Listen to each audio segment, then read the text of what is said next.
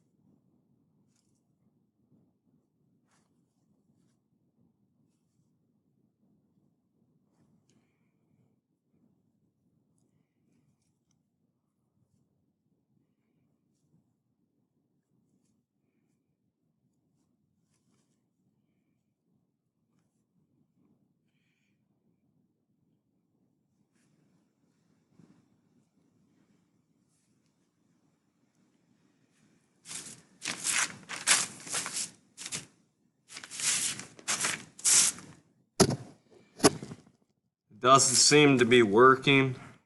I don't know. Instead of using bare copper wire, I use bare aluminum wire. I figured that would conduct electricity as well. But what's supposed to happen is the lemon is used as an electrolyte, and the zinc nails are the negative electrode, and the copper clips are the positive electrode.